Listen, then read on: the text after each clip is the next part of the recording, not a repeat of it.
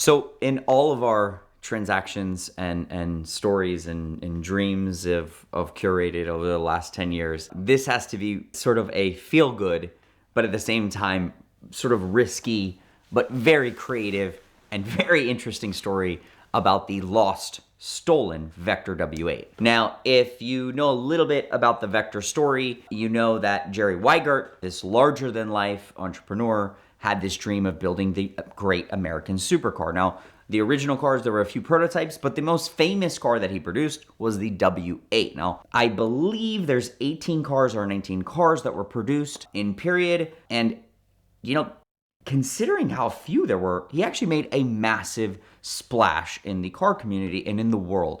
I think almost everybody, if you're a supercar guy or an exotic car guy, you know what a Vector is. They were on magazines, they were in movies, they were really everywhere. Toy models, all of these different things. So really, a massive credit to him for making that impact in the automotive world.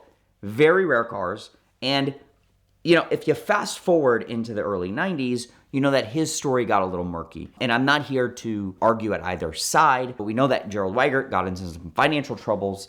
And at some point between 1994 and 1995, it might have been a little bit earlier, the Indonesian company that had purchased Lamborghini also purchased the Vector Aeromotive company. This was almost a recipe for disaster because the Indonesian group led by Tommy Suharto were known for some sort of complicated transactions. There's a lot of drama surrounding them, and there's some crazy stories during their ownership of Lamborghini. During this time, Mr. Wiegert had a personal collection of cars, one being a black Vector W8. This was his personal car.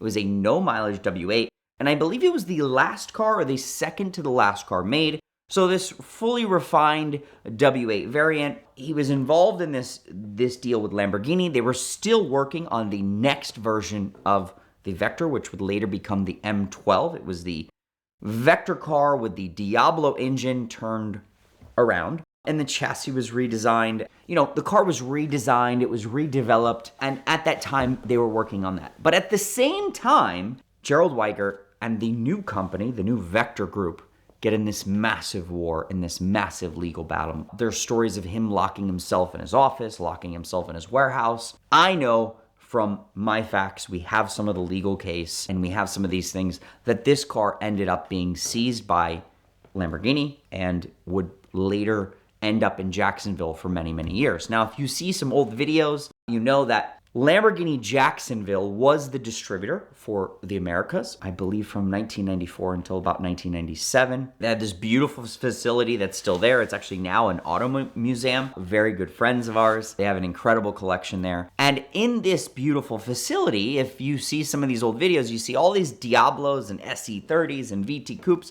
And in the back, you see, you know, some M12s, and you see this black W8. Now, that W8 sat for many, many years in Jacksonville, and later, interestingly enough, Automobili Lamborghini would get a title for the W8, and the car would be brought to Europe. Now, rumor goes that the car was kept as part of the Audi Group family collection, and I can't, you know, confirm or deny that, but the car remained in Europe for many, many years. One day, I get a call from a very big supercar collector, and he says, "Hey, I'm working on this car. I need your help. Technically, there's a judgment on this car. I have one title, but the MSO and the Wiegert family is also claiming that they have the MSO and they have title to the car." Now, after the lawsuit and after this whole disaster, Wiegert continued to sue Lamborghini and sue Megatech and all these different things. And Wiegert actually got a judgment to get his car back, but that was in the US. While the car resided in Europe on its title, its Florida title, that was Automobili Lamborghini. So really this disagreement between the two parties. You had the car and the title in Europe, and you had the original MSO and paperwork in the US, and this now judgment in the US.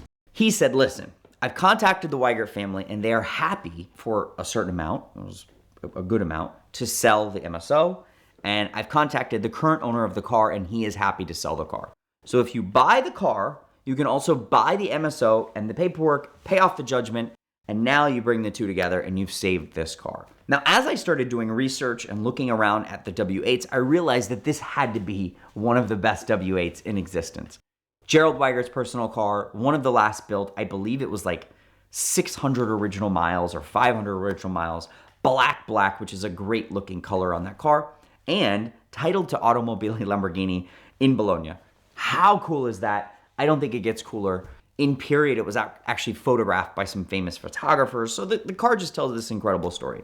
I start talking to the Wiegert family, the sweetest people imaginable. I end up buying the car, I settle the MSO, and I get the car here to the US. And, you know, in this weird way, you know, I am a used car dealer. It's not like I'm curing cancer or anything like that, but I did feel like I did something right. You know, I brought these two things, I resolved this family dispute and saved this car from any future legal battles or anything like that. We ended up selling it to an incredible collector. He has this incredible black collection. He cherishes the car to this day. And that is probably one of the most interesting, cool stories about American supercars that we could tell.